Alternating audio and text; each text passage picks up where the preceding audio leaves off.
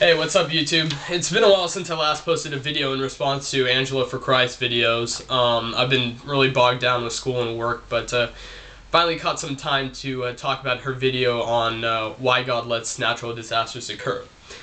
And before I get into the specifics of the video, I wanted to explain that people in biblical times, specifically in the Old Testament, but also, yes, in the New Testament, didn't have the same knowledge of the world as we do today.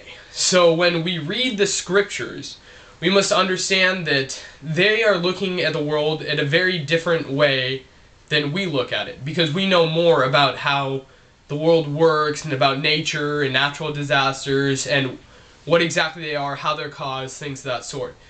They, on the other hand, did not know as much about how the world works. They're just learning how things operate.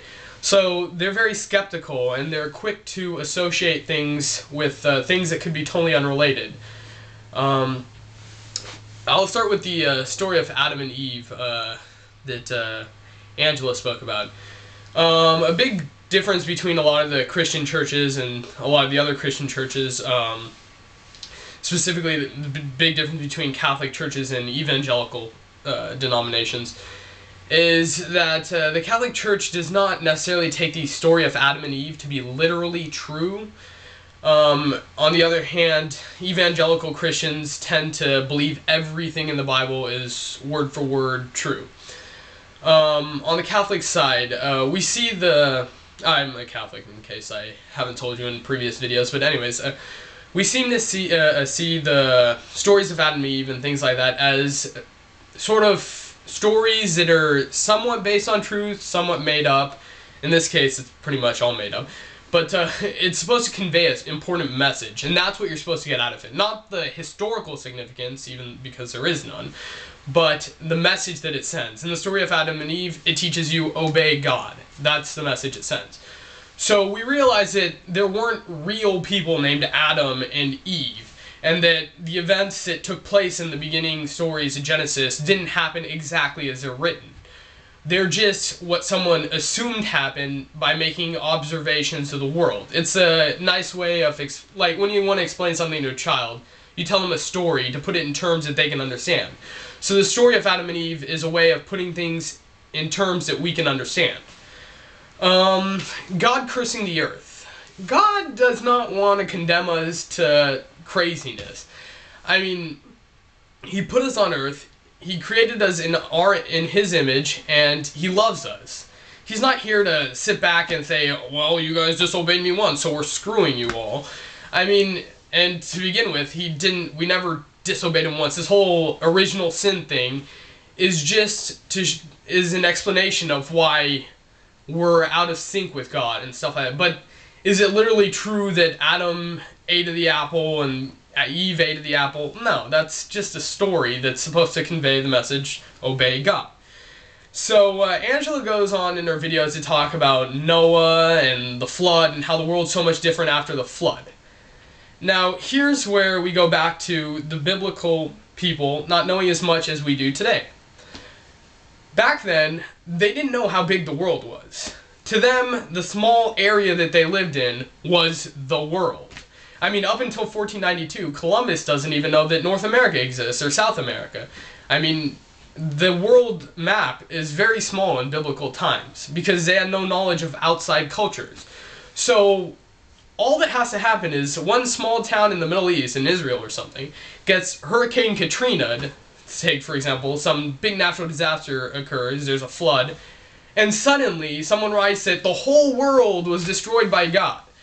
I mean, it's absolutely ridiculous to think that one human being built a boat, that would be Noah, and put all the species of the world onto this boat and survived the flood, and then somehow put all the species back where they're supposed to be. Especially since most of the species probably would have been from the Amazon, and the Amazon wasn't even known back then. So, I mean, this story doesn't explain how we get pandas only in China, or kangaroos only in Australia, aside from people taking them and sticking them in zoos and stuff like that. So, you have to realize that these stories aren't absolutely historically accurate. Take, for example, even in the New Testament, misconceptions because of lack of knowledge in nature. The story of the blind man with Jesus. When Jesus cures a blind man, the people are wondering, wow, what a terrible crime did his family commit to warrant such sickness? Like, how bad was the sin that they committed that their son was born with, or their relative was born with blindness? Today we know that disease and sickness are natural occurring events. Blindness isn't caused by someone's sin, or their sin, or the sin of their parents or a family member. We know it's just some birth defect, and it's unfortunate, but it's not an intentional punishment from God. Angela talks about the signs of the times and how the end is coming because all these natural disasters occur. Natural disasters have been occurring for thousands of years. I mean, since the beginning of the creation of the world, there have probably been natural disasters. I mean, natural disasters create islands from volcanoes and things like that. They're necessary parts of the world, and they all happen because one thing reacts upon another. And that's the basic explanation for why natural disasters occur. God's not creating the natural disasters. He's not having any physical involvement in having natural disasters occur. But on the other hand, what's happening is that, like Newton's law of motion, one thing happens and it acts upon something, and that acts upon something else, and that acts upon something else. Basically, if you think about it, like me going like this, I just move the air. That will change history. In a very small way, but it'll change history. So, natural disasters are just regularly occurring things. They're not signs of the end times. They're things reacting on other things and the effects of that. And as for Angela's whole thing on explanation on why we've strayed away from God and that's why we're having natural disasters, what did God expect people to believe? How did God expect people to believe in Him, and Him as in Yahweh God, not people believing in the concept of God, before Jesus or before the time of Abraham? I mean, realistically, how are they supposed to conceive of such a God and worship such a God? I mean, there were natural disasters back then, but were those